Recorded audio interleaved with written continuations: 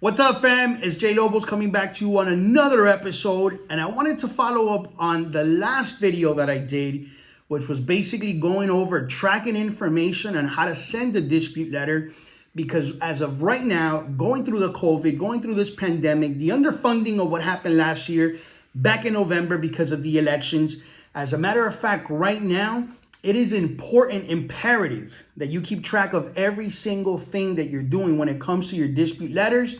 But now I'm going to go ahead and reveal something that for the most part, everybody's always like opposed to.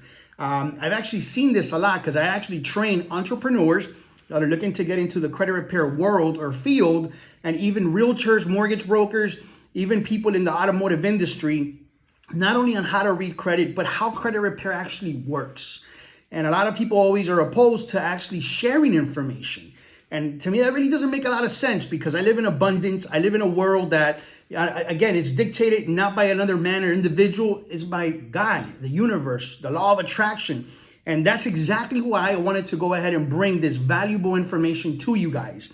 So as a matter of fact, right now, what I have is one of my personalized, I actually created dispute letters from scratch because that's exactly what I do.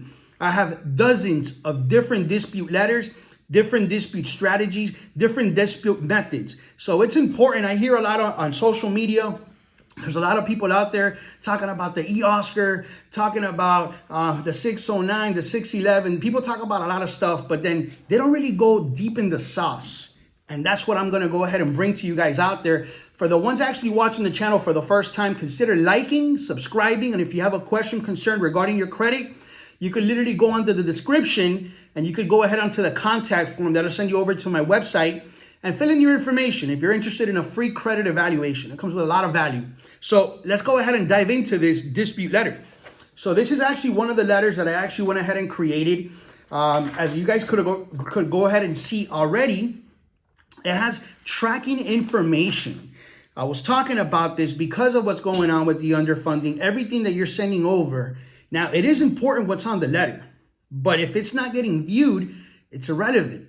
So we have to do a combination of things. And in the dispute strategy aspect of it, it's impossible for us to just, get the results that we want using one specific method. So through this dispute letter, I'm using a few things in here. Part of it is, obviously, I'm using tracking information. So as a matter of fact, on this particular customer, the dispute we did originally, we did it mail and return receipt. My first dispute letters, for the most part, 9 times out of 10, I'm doing what's called a synthetic ID, which is a letter that I'm trying to rectify personal information. And we all know why, right? Because everything that's either positive or negative is linked to your personal information. And one of the strategies when you go ahead and rectify personal information, if the negative account that's linked to that item, guess what? If you remove the personal, then possibly that could also yield a result when removing that negative data. But what happens after you've done the first, second round of dispute? Maybe you're working out there with another credit repair company and you're going 4 or 5 rounds deep and you still have yet to remove that stubborn account. Well, I'm going to go ahead and share with you guys exactly what one of my dispute letters state, which this letter right now is on fire. It's been giving me a lot of positive results.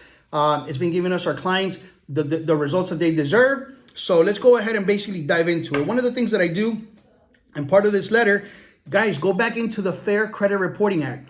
Everything that we do revolves around rules and regulations. The legal loophole that we have under the Fair Credit Reporting Act, and again, there's different sections within it. And one section that I'm using is the 611. And basically, I'm using Part B, subsection 1, 2, and 3. So for you guys out there, what is this? This is the procedure of investigation. Because obviously we know that the whole system with the eOscar is kind of rigged to an extent. You don't really have a human being or somebody actually reading or seeing your investigation. So really what we want to go ahead and do, not only is it important that we're using the tracking, we're using the rule, which obviously it goes into different parts. As an example here, as part of it, or in addition to the notice under subparagraph A consumer reporting agency shall provide to a consumer in writing before the expiration of the 5 period referred to in subparagraph A. So what does that mean? That basically means that if you send over a dispute over to the bureaus, they have to investigate it and you need some sort of information or results based on the dispute that they did. But guess what's happening? everything's backed up. So if you right now have on the first, second, or third dispute round, or you're considering working with a credit repair company, make sure that the first dispute round is sent mail and return receipt. Because now on the second or third or fourth round, you can literally go ahead and put the tracking number on the dispute letter. You could add the rule and regulation regarding exactly what they're supposed to be doing. And in this specific letter, I actually go into detail when it actually comes me referencing our consumer attorney. The last thing that any bureau wants is to get sued. And right now, because they're so backed up, we literally go ahead and what I do, I go into the U.S. Postal Service, USPS.com, and I go into where it says services or received. You go into tracking, and you can literally print out the tracking information that was sent over to them. You reference it back on the letter. You attach this on your dispute. Better yet, if you have additional supporting documentation, what I mean by that is, if Equifax removed the account and you have the Equifax report and it says deleted, but the Experian and TransUnion did not, attach that bad boy into here and let them know on the letter that guess what? The other agencies followed suit because of some discrepancy. They should do themselves as well. And towards the end, obviously, I go ahead and put govern yourself accordingly. Why? Because if you don't, then you're going to hear from my consumer attorney. Guys, it's important when it comes to doing dispute letters, not only on how it's being sent, but additional things that we go ahead and add. Go into details. Make things bold. Make things italicized. Go ahead and highlight them. If you want to go ahead and put all the negative accounts and you want to highlight them, that'll just improve the success probability. This is one of the methods that I've always used. As a matter of fact, and this is a relatively new dispute letter that I've had to go ahead and create because every once in a while, I create new dispute letters just because we don't know who's out there, who's looking, who's researching, and it's always important to be fresh.